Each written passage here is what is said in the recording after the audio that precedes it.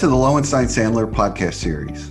I'm Kevin Iredell, Chief Marketing Officer at Lowenstein Sandler. Before we begin, please take a moment to subscribe to our podcast series at lowenstein.com/podcast or find us on iTunes, Spotify, Pandora, Google Podcasts, and SoundCloud. Now let's take a listen. Thank you for joining us on Don't Take No for an Answer.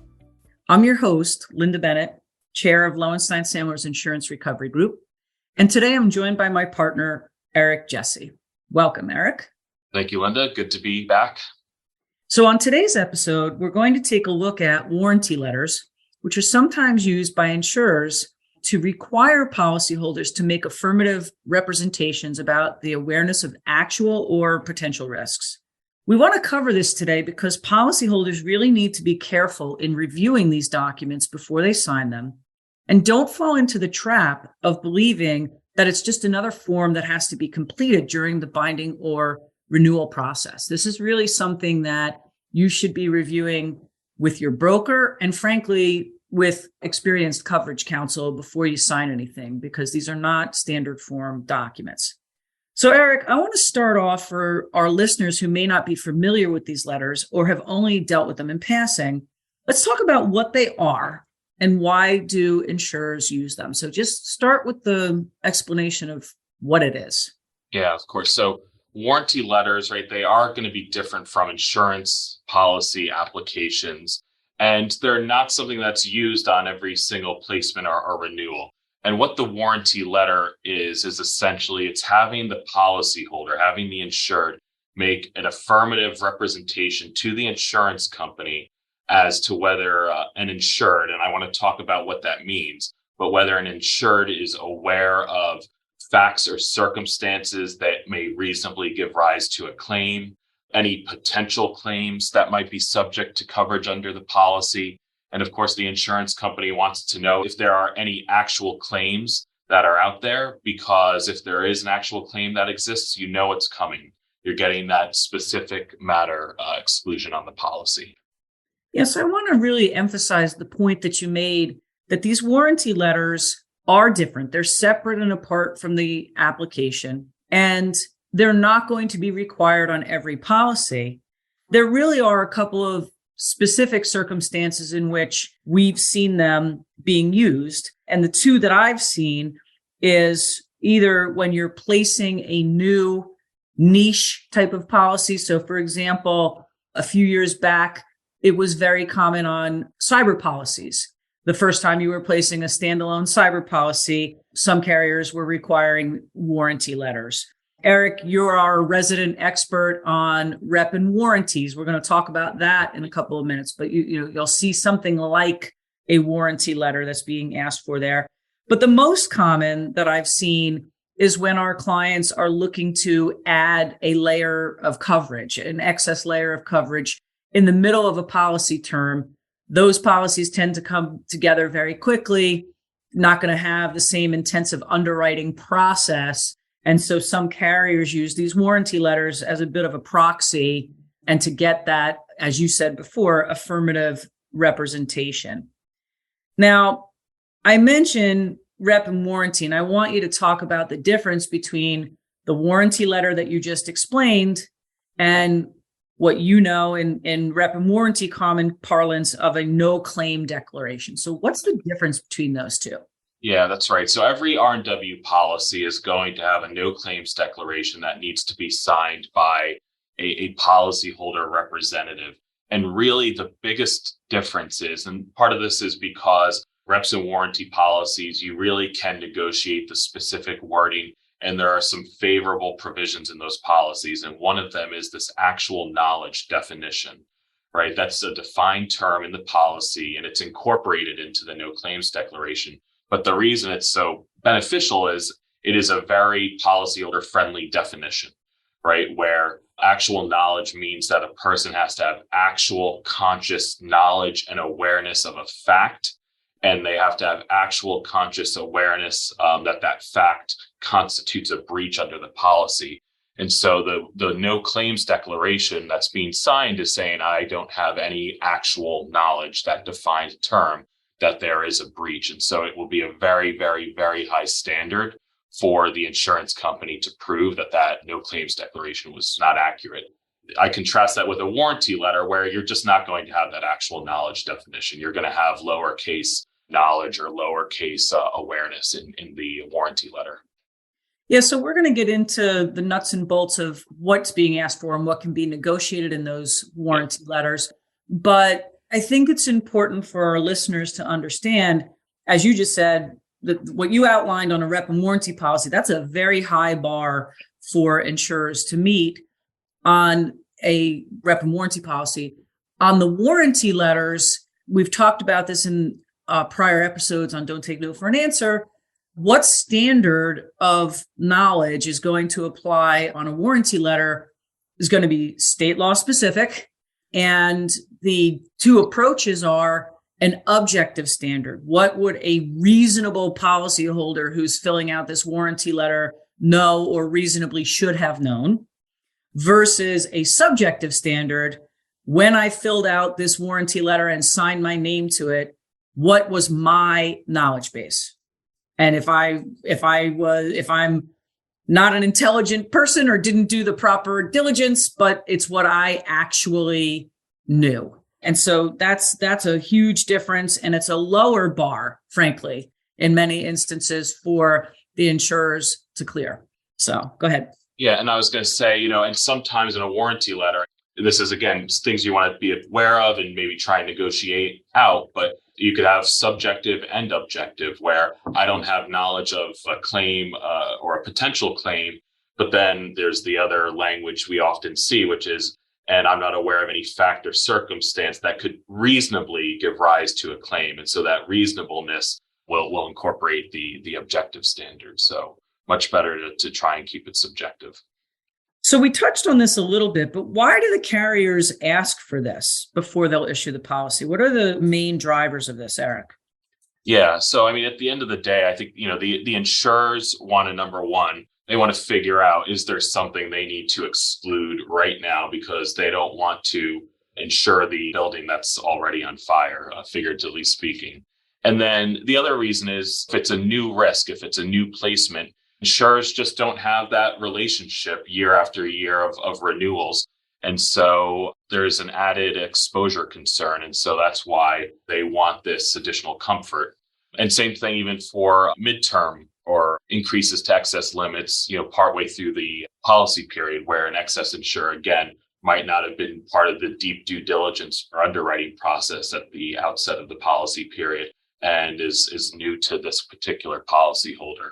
But I think, with these midterm excess limit risks, really, I think what the carrier wants to make sure is that the policyholder's motivation for requesting an additional X million dollar of limits is because the policyholder doesn't see a claim coming down the road where they're going to want those increased limits. All right, Eric, let's do what we do best, which is get into some best practices. If you are a policyholder and you're being asked to sign a warranty letter, what are some of the things that our clients need to do to protect themselves? Yeah. So when you see a warranty letter, our clients' antenna should go up. They should be asking questions. What is this? Do I need to sign it? And what should it say? And so if you're being asked to sign a warranty letter out of the two contexts we're talking about, a new placement or a midterm request for excess limits, right, you should really be going through your broker to push back on even having to sign that warranty letter to begin with. But one of the things you want to do is first make sure that you try and negotiate the wording, because don't just accept the piece of paper that the insurance company puts in front of you. You can try and negotiate. Yeah, one of the first things that I tell a client when they say, here's this letter, I've got to sign it. Again, don't approach it from the viewpoint of this is a box checking exercise. I tell clients, first thing you got to do is poll the audience. What you're going to be asked to represent to your carrier is you're not aware of any facts or circumstances of an actual claim or a potential claim that's on the horizon that may or may not be asserted in the future. You can't sign that letter if you haven't undertaken appropriate diligence within your organization. And we're going to get into this in a minute, but who are you making the representation on behalf of when you sign that letter? Because I can assure you that the draft that you're going to get from the insurance company is you are going to be making a representation on behalf of every single person in your organization. So you are signing a piece of paper that is going to attest, if you sign the draft as is, you will be attesting to the knowledge base of all 300,000 of your employees. And you certainly shouldn't make that representation if you don't have a process in place to poll that audience. But Eric, tell our listeners how you can start to narrow the scope of that representation. What are some of the things you need to do? Yeah, so this is what I mentioned earlier when I described what a warranty letter is. It's a representation on behalf of the insured. And what does that mean? Because the audience you want to have to poll, you want to make sure that that is narrow as possible. And you want to make sure that that is explicitly delineated in the warranty letter so that there's no confusion. So you want to make sure that when you're signing that, you're saying, I have spoken with these executives, the CEO, the CFO, and the risk manager. And, none of us have actual awareness of a claim or potential claim. You want to really lay it out at that level of granularity. Right. We call that the control group. Exactly. And Eric, you're right. You've identified ideally who we want in it.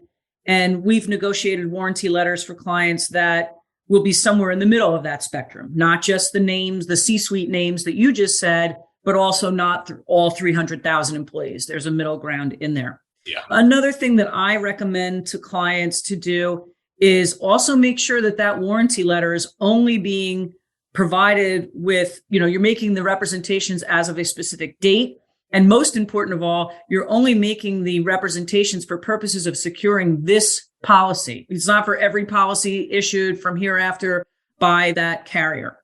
To jump on to that point too, just when you have that midterm excess layer that's being brought on, you want to make sure that the warranty letter specifically says that this warranty letter only applies to those new and fresh limits, whether it's a new carrier or existing carrier that's bumping up their limits. You want to make sure that it only applies there so that the warranty letter doesn't touch the limits that are already in place.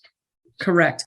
And we also typically negotiate for what we call a severability provision in there, which is the representations being made.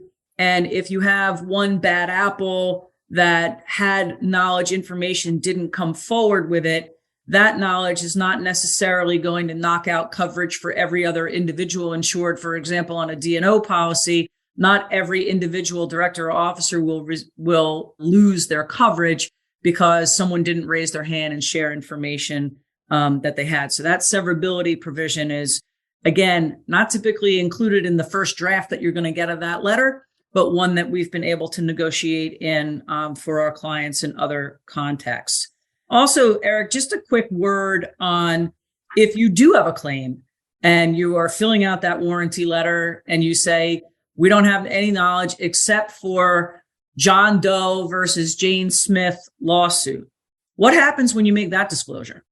Exactly. So here, again, you need to really be thoughtful and make sure that the litigation, how you're describing this potential claim, and you want to keep it as narrow as possible. So you want the disclosure to be except for this specific lawsuit involving this specific alleged wrong or injury or product, right? You want to avoid what the insurance company might try and draft, which is saying any matters related to or arising out of or having to do with that lawsuit. You really want to just confine it to the specific lawsuit and the known allegations and issues there. Exactly right. All right. So last, my question to you is, does it matter who signs the warranty letter? Yeah, it ultimately does. It has to be someone that has authority within the insured and frankly, any other entities that are insured under the policies, because they're acting on behalf of the insured. So they need to have that authority and they need to have conducted that inquiry that might be required of as we try and limit it to the control group.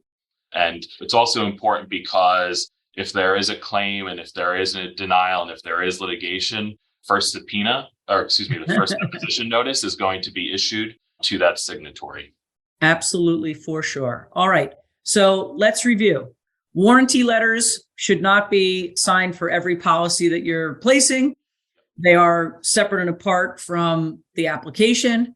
When you receive a warranty letter, call your friendly neighborhood policyholder lawyer to help you review, negotiate, and narrow the scope of that document. Make sure that you poll the audience. And last but not least, and we didn't mention it, if you do have knowledge, don't fail to disclose it because the consequences of that are far outweighed. So if you've got something you have to put it on the table, you're far better off to do that and get a specified matter exclusion in there than to hope that this doesn't have to come to light later, because signing a warranty letter and not being truthful and honest in providing that warranty letter could result in your entire policy being rescinded. And so certainly you should fully and fairly disclose on that letter and accept the consequence of a specified matter exclusion, but retain your ability to secure coverage under the rest of the policy. Exactly right. All right. Well, that's a wrap for today. Thanks for joining me, Eric. Anytime. Happy to be here. Thank you for listening to today's episode. Please subscribe to our podcast series at lowenstein.com/podcast or find us on iTunes, Spotify, Pandora, Google Podcasts, and SoundCloud. Lowenstein Sandler podcast series is presented by Lowenstein Sandler and cannot be copied or rebroadcast without consent. The information provided is intended for a general audience and is not legal advice or a substitute for the advice of counsel. Prior results do not guarantee a similar outcome. The content reflects the personal views and opinions of the participants. No attorney-client relationship is being created by this podcast, and all rights are reserved.